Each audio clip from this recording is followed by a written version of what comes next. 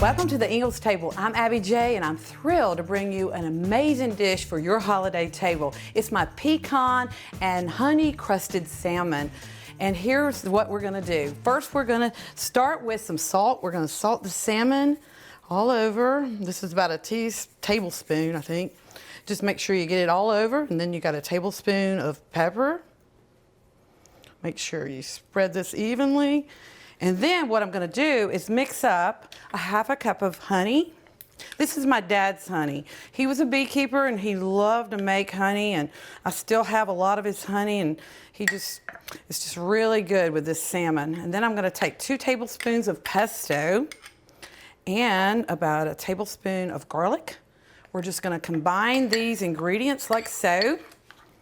This is really gonna be good for the holidays. I really like eating a little bit lighter because of all the sweets. And this is so light and flavorful. And so what I'm gonna do is put this over the salmon like so. You wanna brush it and make sure you get all of it. So when I do put the pecans on top of the salmon, it will adhere really nicely.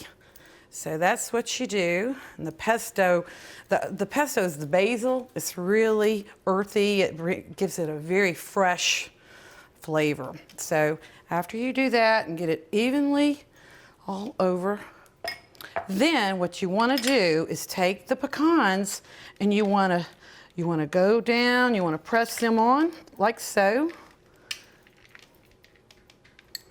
And we're going to bake this in the oven at 425 degrees for about 10 minutes. So this is a great recipe for those of you that need to save time, and it's so easy and it's perfect for the holidays. So let's put it in the oven and we'll be right back. We just took my honey crusted salmon out of the oven. We've baked it at 425 degrees for 10 minutes. And I've garnished it with some herbs that I got from Ingles markets. And the herbs I've garnished it with is some parsley. You could also do dill, it's your choice, but that's what we've done here, and also some lemon. And I got the salmon from the seafood department at Ingles. They have great seafood. And the last step of this recipe is my dad's honey.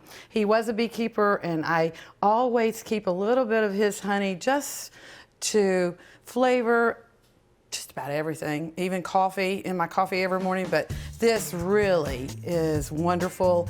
And it's the last topping of this recipe, and I'm sure you will enjoy this honey crusted salmon for your holiday.